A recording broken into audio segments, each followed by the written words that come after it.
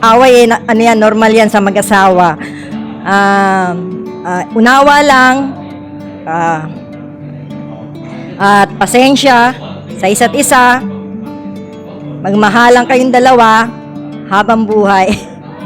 Ang baby ko, bibigay ko na sa'yo. Sana maging baby mo na. Talagang baby ko yan. Ngayon kasal na kayo, bagong buhay na naman ang tatahakin nyo. Kailangan nyo lang ng respeto sa isa't isa talaga para magkasundo kayo. Pinakamasayang araw sa buhay ng mga magulang, yung makita nila na kinakasal yung anak nila sa taong mahal nila. Kaya wish ko lang na maging matatag yung pagsasama nyo. Tsaka RJ, mahalin mo si Glenn ng higit sa pagmamahal na binibigay namin sa kanya. Yun lang. Thank you.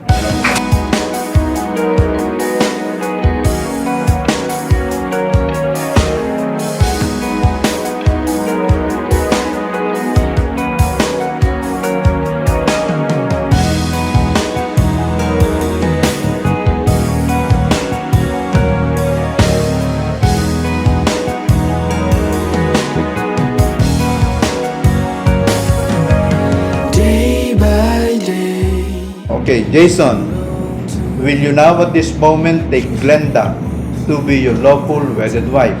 Yes. Okay. Will you love her? Yes. Will you cherish her? Yes. Will you protect her? Yes. Will you provide for her? Yes.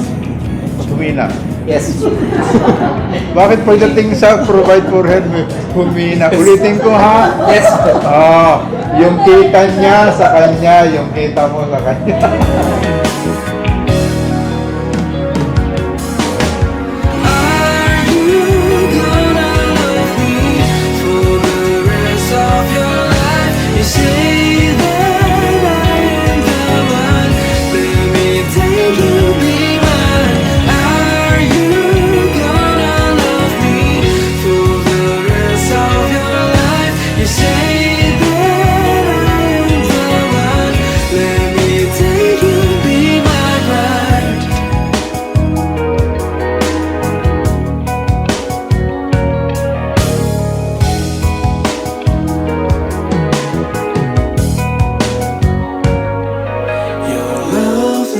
Eyes where the golden stars are shining bright.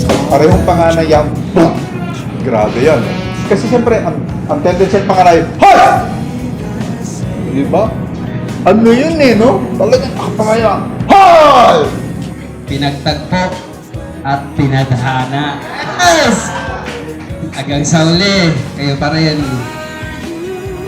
Masaya ako kasi nagkabalikan kayo. Dati, sa kasama lang namin si RJ, laro lang ng computer. Nung nagkabalikan sila, nasira ang paglalaro ng computer.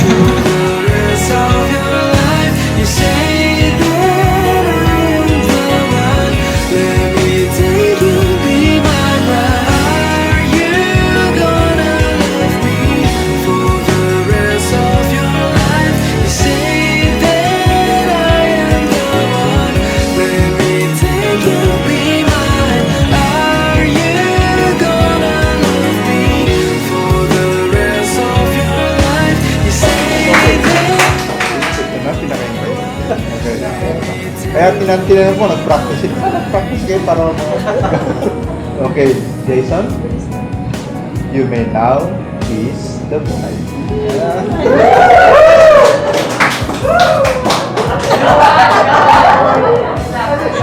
Bilis.